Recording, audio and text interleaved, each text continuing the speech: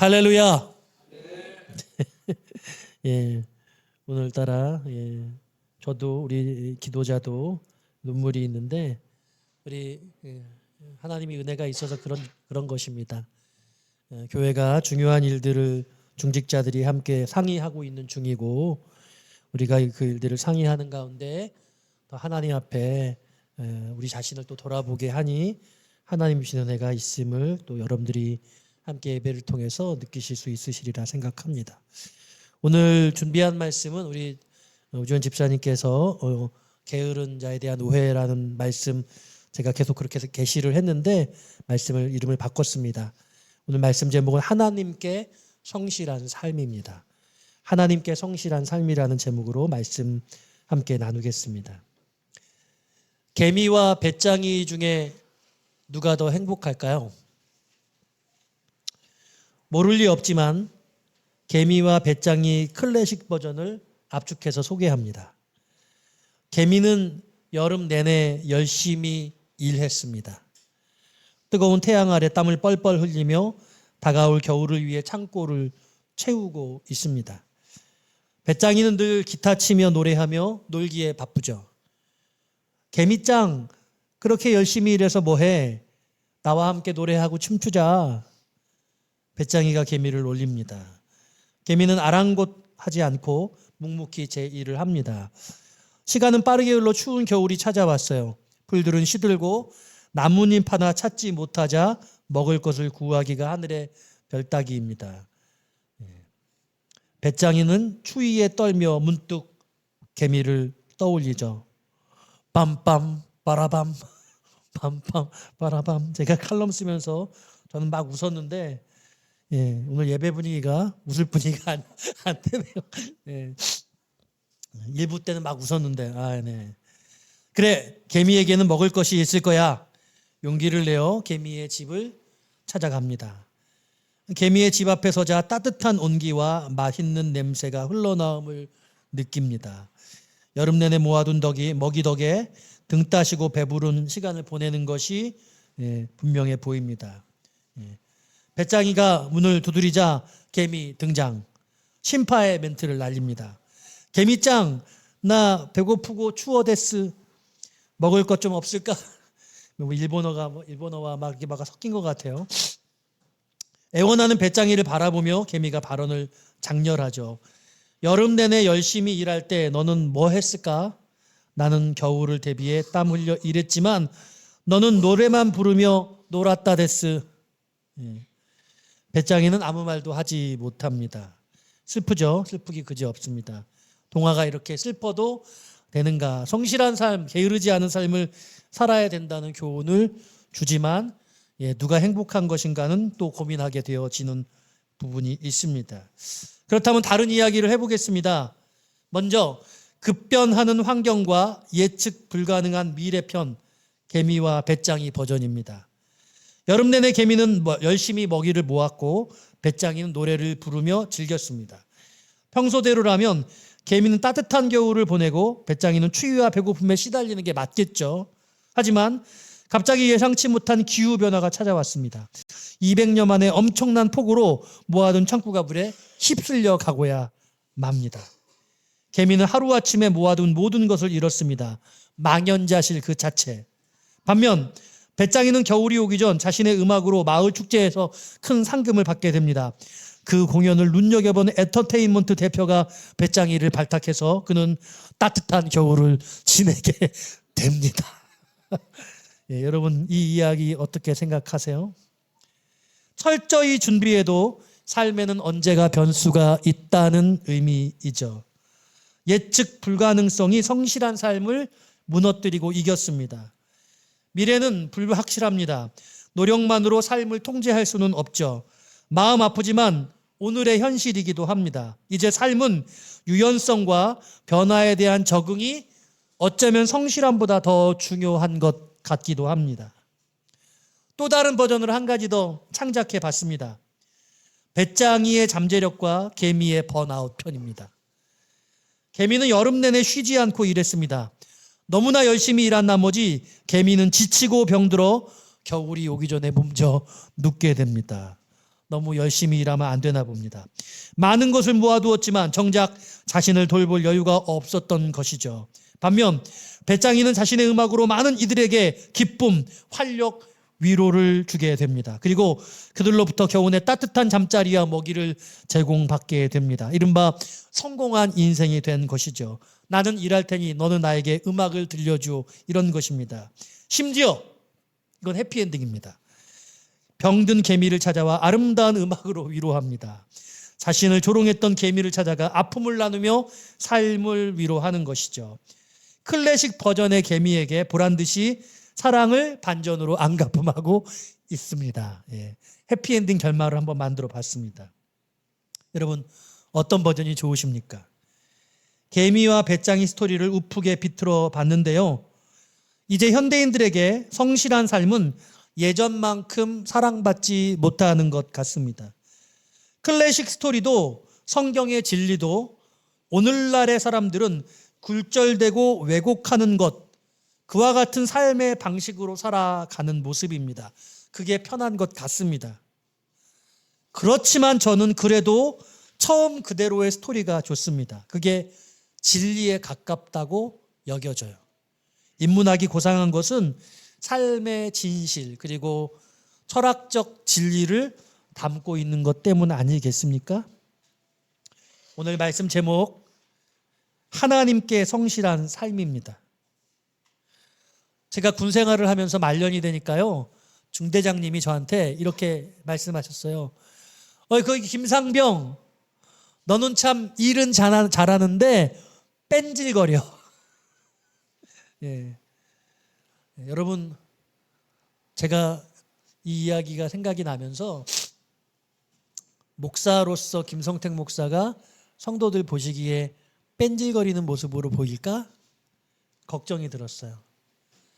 하나님이 김성택 목사를 목사로 세우셨는데 하나님 보시기에 내가 뺀질거리는 모습일까? 이런 생각이 들었습니다. 뺀질거리다를 사전을 찾아봤더니 두 가지 의미가 있더라고요. 번들번들하게 윤이 나다, 반짝반짝한다는 뜻이 있고요. 이를 게을리하고 자꾸 피하다 하는 뜻이 있습니다. 꾀를 부리거나 마땅히 해야 할 일을 요리조리 피하는 모습을 나타냅니다. 성실하지 못하고 책임감 없이 행동하는 모습이라고 할 수 있습니다. 사랑하는 여러분, 여러분들은 성실하십니까? 다시 물을게요. 사랑하는 여러분, 여러분은 하나님께 성실하십니까? 거꾸로 이렇게 말할 수도 있을 것 같아요. 하나님이 저와 여러분들을 보시기에 우리가 믿을만 하실까요? 우리가 사람들에 대해서 실망할 때 자주 하는 말이 있습니다. 세상에 믿을 놈 하나 없다. 다들 써보셨죠? 하나님이 우리를 부르시면서 야, 세상에 믿을 놈 하나 없네, 이럴까 봐 걱정이 됩니다. 우리 옆에 분과 인사합시다. 하나님의 기쁨이 되겠습니다. 활짝 웃으면서 한 번 더 인사할게요. 제가 당신의 기쁨이 되겠습니다. 정말 기쁨이 될 수 있기를 소원합니다. 하나님께 성실한 삶이라는 제목으로 말씀 나누고 있는데요. 오늘 여러분과 함께 본문의 말씀을 들여다보기 전에 함께 나누고 싶은 첫 번째 메시지는 하나님의 성실하심입니다. 제일 먼저 무엇보다도 내가 성실한가를 돌아볼 때 하나님의 성실하심을 우리는 떠올려야 하는 것입니다. 하나님은 우리가 이해하는 인간적인 성실함을 훨씬 뛰어넘는 분이십니다. 성경은 하나님의 속성 중에 하나를 신실하심이라고 강조하시고 계십니다. 이는 하나님의 변함없는 성실하심을 뜻합니다. 하나님께서는 자신이 하신 약속을 반드시 지키시고 언약을 신실하게 이행하시며 그분의 성품과 계획에 있어서 한결 같으십니다. 믿으시죠? 성실하신 하나님이 어떤 의미이냐? 우리처럼 변덕스럽거나 약속을 어긴다거나 게으르지 않다는 것입니다. 하나님의 성실하심은 이런 것들을 내포합니다. 변함없으심, 약속을 반드시 이행하심, 프로미스 키핑이라고 표현합니다. 진실하심, 신뢰할 수 있음, 약속에 대한 로열티, 충성심. 하나님은 그렇게 저와 여러분들에게 성실하다는 것입니다.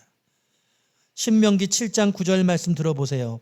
그런즉 너는 알라 오직 내 하나님 여호와는 하나님이시요 신실하신 하나님이시라. 그를 사랑하고 그의 계명을 지키는 자에게는 천대까지 그의 언약을 이행하시고 인애를 베푸시되.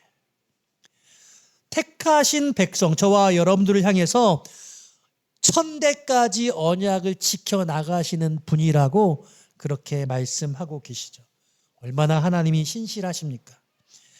우리가 죄를 지어도 다시 돌아오면 용서하고 회복시키시는 모습도 신실함 때문 아니겠습니까? 고린도전서 1장 9절이에요.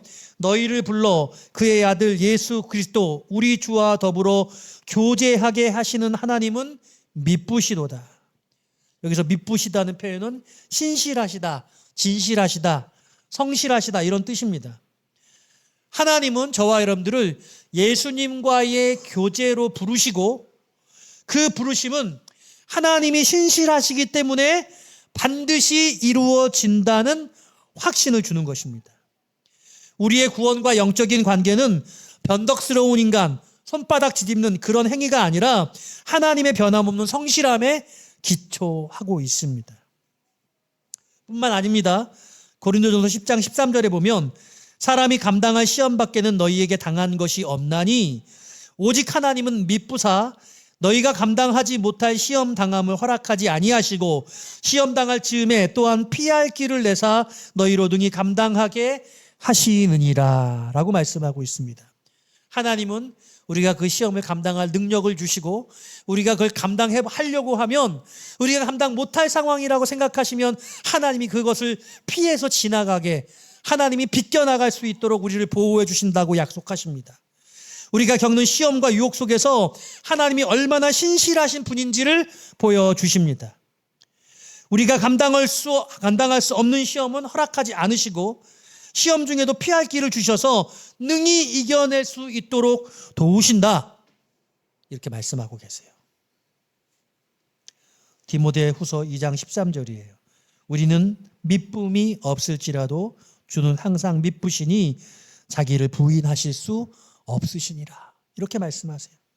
우리가 연약하고 배신해도 주님은 절대로 우리를 배신하지 않는다. 주님은 항상 언제나 성실하시다는 강력한 선언입니다. 우리의 약속이 우리로 말미암아 끊어질지라도 하나님은 그렇게 하지 않으신다고 말씀하고 계세요. 하나님이 저와 여러분들에게 이토록 성실하세요. 얼마나 성실하신지 그 성실하신 하나님의 은혜를 여러분들이 덧입기를 소원합니다. 오늘 여러분과 나누고 싶은 본문의 말씀과 관련해서 이제 첫 번째 메시지가 시작되어지는데요. 여러분들은 어떤 종류의 성실함을 가지고 계십니까?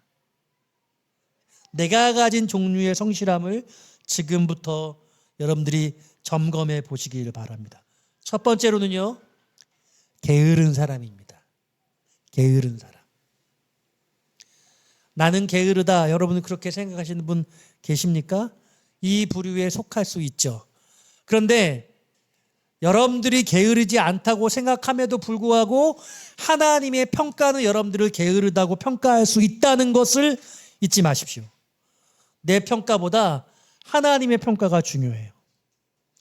이 부분을 제가 4가지로 설명을 했는데요. 첫 번째가 게으른 사람이라고 했고요. 두 번째는 세상 일에는 성실한데 하나님과 하나님의 일에는 불성실한 사람이에요. 세 번째는 하나님께는 성실한데 세상 일에는 불성실한 사람입니다. 마지막 네 번째는 하나님께 성실한데 세상 일에도 성실한 사람이죠. 여러분, 바깥 세상에서 살아가는 그 삶의 여러 가지 일에는 전심전력하고 그렇게 힘을 내는데 믿음을 가지고 있다고 하지만 교회 앞에 와서 교회 일, 하나님 앞에는 성실하지 않는 것 같은 모습을 보여줄 수 있죠. 여러분들이 혹시 이 부분에서 찔릴 수도 있겠습니다. 아직 이야기가 다 안 끝났어요, 여러분. 하나님께는 성실한데 세상 일에서는 열심을 내지 않아요. 열심히 기도하고 열심히 예배하고 열심히 찬송하는데 그렇게 열심히 기도하니까 하나님이 나의 모든 삶을 다 책임져 줄 거야 하면서 세상 일에는 열심히 살아가지 않고 하나님 모든 걸 책임져 주실 거라고 생각하는 잘못된 기독교 가치관을 가질 수도 있어요. 그런 사람 많습니다. 현대 교회 안에 가장 비판받는 지점이 바로 이거죠. 모이는 교회, 흩어지는 교회, 두 교회가 존재하는데 모이는 일에는 그렇게 열심을 내는데 흩어지는 일에는 열심을 내지 않은 것입니다. 모여서 하나님을 예배하고 찬양하고 봉사하고 이것엔 정말 열의를 기울이는데 바깥에 나가서는 바깥 일만 열심히 하거나 아니면 교회 일을 열심히 했으니 바깥 세상은 하나님이 책임져 주실 것이라고 이분법적으로 생각하는 겁니다. 제가 마지막 네 번째가 하나님께도 성실하고 세상 일에도 성실하다고 말씀드렸는데요. 사실 제가 이렇게 구분해서 하나님과 세상을 구분해서 이야기한 건 성경적 기준이 아닙니다. 이 기준은 성도들이 오해하기 쉬운 기준으로 제가 설명한 거예요. 우리가 거룩하고 경건하다면 우리는 하나님과 세상 일을 구분하지 않아야 합니다. 모든 일은 하나님의 일이에요. 먹든지 마시든지 무엇을 하든지 하나님의 영광을 위하여 하라. 여러분들이 단지 밥을 먹을 뿐인데 여러분들의 그 식사가 하나님께 영광이 될 수도 있고 여러분들이 하나님의 영광을 위해서 무엇인가 하는 것 같지만 전혀 그렇지 않을 수도 있어요. 거룩과 세속은 분리되지 않습니다. 하나님은 이 세상도 그리고 교회도 다 거룩하기를 원하시고 교회에 모여서만 거룩한 게 아니라 여러분들이 밖에 나가서도 거룩하기를 바라요. 여러분들이 회사에서 사업하면서 여러분들이 공부하면서 여러분들이 사람을 만나면서 집에서 우리의 삶의 모든 일거수일투족이 하나님 앞에서의 삶이고 하나님께 기쁨이 되는 삶일 수 있어야 하는 거예요. 그럼 이해되세요? 그러므로 주일의 이 예배가 참으로 귀하지만 어떤 면에서는 주 6일이 더 중요하고 그 주 6일 동안의 삶을 담아서 주님 앞에 예배할 때 이 예배가 진정한 의미의 하나님이 기뻐하시는 예배가 되는 것이죠. 그 가장 궁극의 내 생각이 어떤 것에 기초하고 있는가를 질문해 볼 수 있는데요. 이렇게 질문해 볼 수 있어요. 여전히 이분법적으로 제가 질문해 봐요. 세상 일과 하나님의 일이 겹칠 때 여러분 어떻게 선택하세요? 세상 일을 선택하세요? 하나님의 일을 선택하세요? 다시 질문해 볼게요. 교회에서 봉사하고 교회에서 예배하는 것과 여러분들이 직장에서 중요한 일들을 진행하는 것, 그 일 모두가 하나님의 일입니다. 그러면 그 두 가지 중에 우리가 어떻게 선택을 하는 게 하나님 앞에 더 성실하고 하나님을 기뻐하시는 선택이 되겠습니까? 여러분, 어려운 질문이에요. 우리는 이런 질문을 사실 던지지 않습니다. 그냥 본능적으로 내가 더 중요하다고 생각하는 그 일을 하는 것이죠. 그러니까 오늘 성실함과 관련해서 제가 두 번째 메시지는 이렇게 드리는 거예요. 나는 하나님께 성실한가? 나에게 성실한가?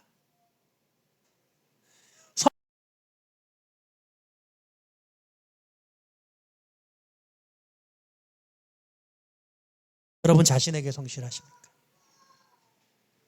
많은 사람들은 자기 자신에게 성실해요.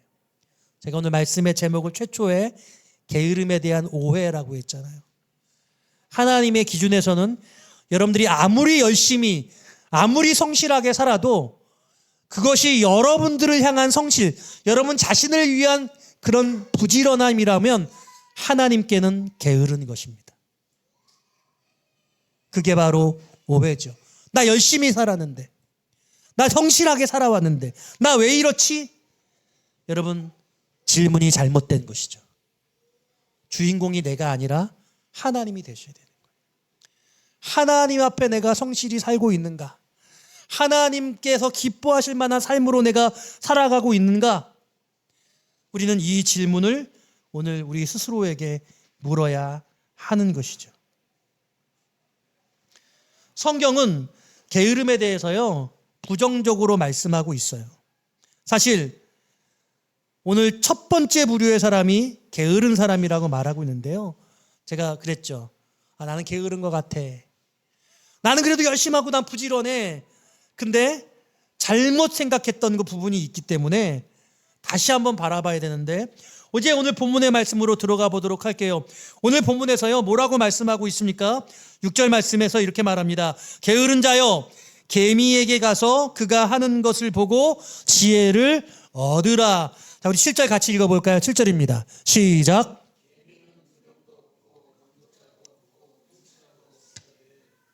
예. 개미는요, 타율에 의해서 움직이지 않는다는 거예요. 개미는 스스로 성실합니다. 개미는 자기의 생각으로, 자기의 훈련된 습관의 그 성품으로, 성질로 성실하게, 부지런하게 살아가는 겁니다. 제가 이렇게 인생들을 묵상해 보니까 이게 좀 타고나는 게 있는 것 같아요. 어떤 사람은 태어나서 성품적으로 그냥 이 사람은 성실해요. 언제나 한결같아요. 근데 어떤 사람은 전혀 성실하지 못해요. 근데 그 성실하지 못한 분들은 또 다른 하나님이 특별한 선물을 주셨어요. 그 사람은 되게 탁월해요. 특별한 예술적 재능을 가지고 있어요. 아니면 머리가 정말 똑똑해요. 그런 예술성을 가진 사람들이나 아주 똑똑한 사람들은 대체적으로 성실하지 않더라고요. 왜냐하면 그렇게 노력하지 않아도 다른 사람보다 잘할 수 있거든요. 뭔가 어떤 일에 집중해서 한번 매달려서 결과물을 따려면 천부적이거든요. 모든 사람이 박수.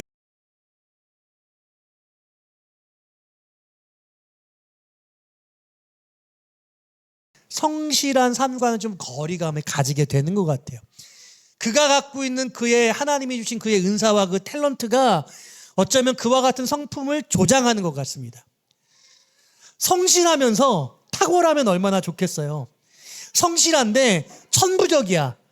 그러면 대박이죠. 근데 그러기가 어려워요. 성실하면 보통은 평균적이에요. 아니면 평균에 못 미쳐. 자, 제가 여러분께 물을게요. 나는 그냥 똑똑하고 불성실한 게 좋다.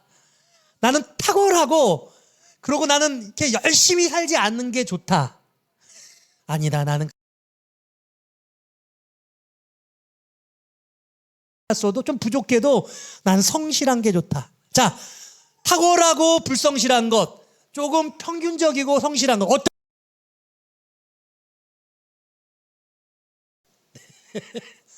말을 안 하시는 거 보니까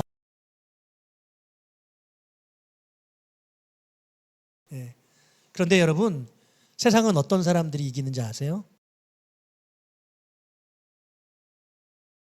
곳에는요, 성실한 사람이 있어요. 그리고 성실하면, 꾸준하면 탁월해져요.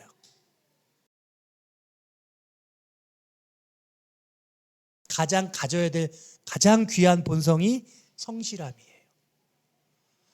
똑똑해서 공부 잘한다고요? 아니에요. 열심히 하는 사람 못 이깁니다. 물론 어떤 데 가면은요, 쟤는 나보다 머리도 좋은데 더 열심히 하기도 해. 절대로 이길 수가 없어. 나보다 머리 좋고 똑똑한데 나보다 잘났는데 쟤는 나보다 더 열심히기까지 해. 진짜 미치겠는 거죠. 그런 사람이 세상을 이끌어가는 거예요. 여러분, 그런 사람 생각해 볼 때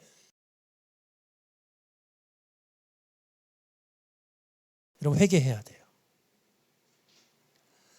지금 개미를 보고 배우라고 말씀하는 거예요. 내 삶의 모습 가운데 하나님이 보시기에 기본적으로 우리에게 요구하는 건 우리가 인생으로 태어났다고 한다면 성실한 삶을 하나님이 만드신 저 미물 같은 개미를 통해서 그 성실함을 배우라고 말씀하고 있는 거예요. 뭐라고 말해요? 8절에는 먹을 것을 여름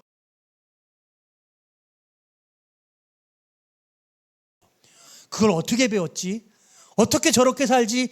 개미는 본능으로 그렇게 사는 거예요. 그 개미의 본능을 우리가 배우고 우리가 그 성실함을 훈련하고 채워나가야 되는 거예요.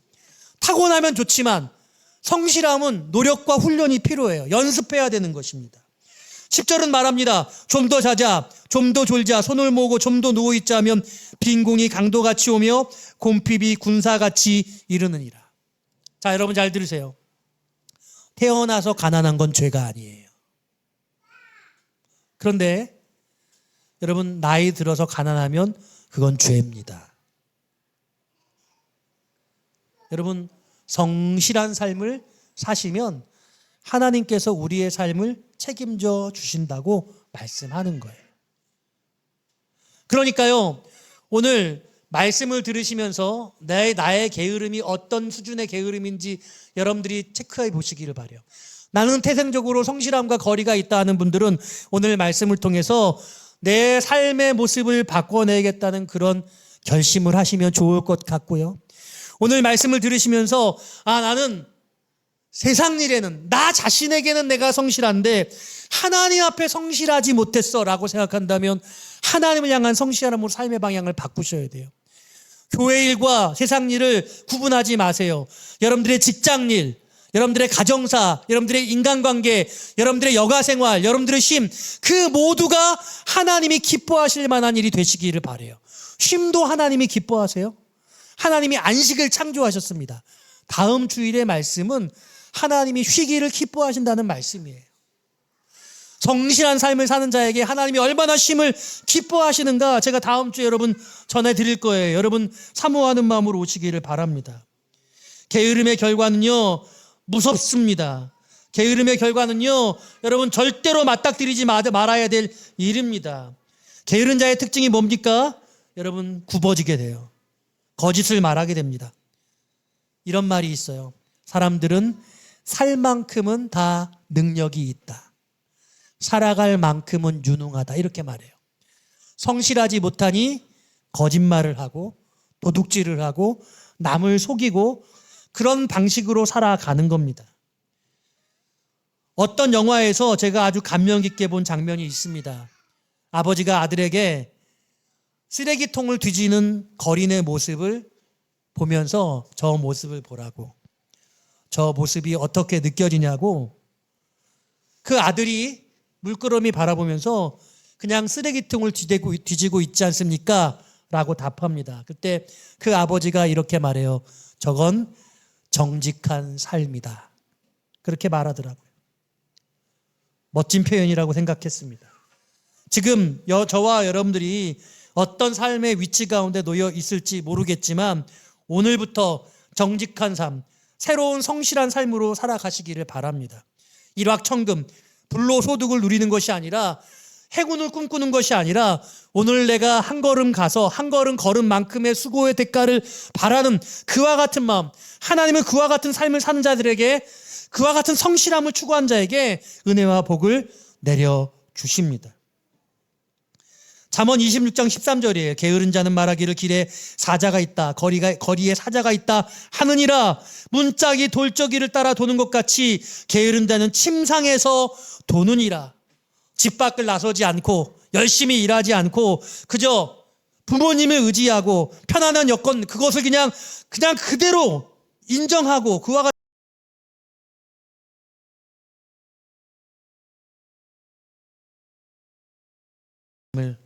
정리합니다.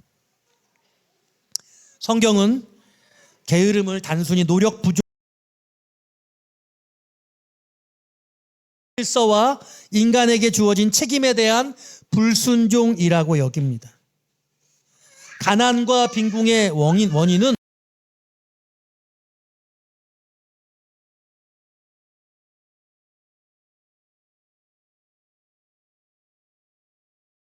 하나님이 이렇게 청천벽력 같은 말씀을 하셨어요. 마태복음 25장 26절입니다. 마태복음 25장은 달란트 비유가 납니다. 5달란트, 2달란트, 1달란트. 그런데 1달란트를 맡긴 그 종이 아무것도 남기지 못하자 그 주인이 이렇게 말하죠.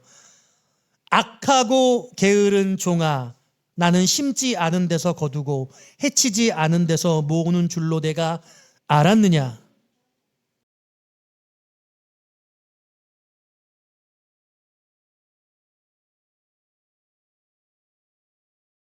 말씀하시는 게 끝나게 아니라 악하고 게으르다고 말하는 것이죠. 그러므로 오늘 우리는 정신을 번쩍 차려야 됩니다. 하나님이 보시기에 성실해야 됩니다. 하나님 앞에 미쁘실 만한 그런 모습을 우리가 가져야 하는 것이죠. 오늘 저도 이 말씀 들으면서 전함을 준비하면서 제 군생활 할 때 제 모습 돌아봤잖아요. 김상병은 잘하는데 뺀질거려. 하나님께서 저 지금 김 목사 뺀질거린다고 생각하시는 거 아닐까 두려워요. 여러분, 뺀질거리지 맙시다. 게으르지 맙시다. 나에게 성실하지 맙시다. 하나님께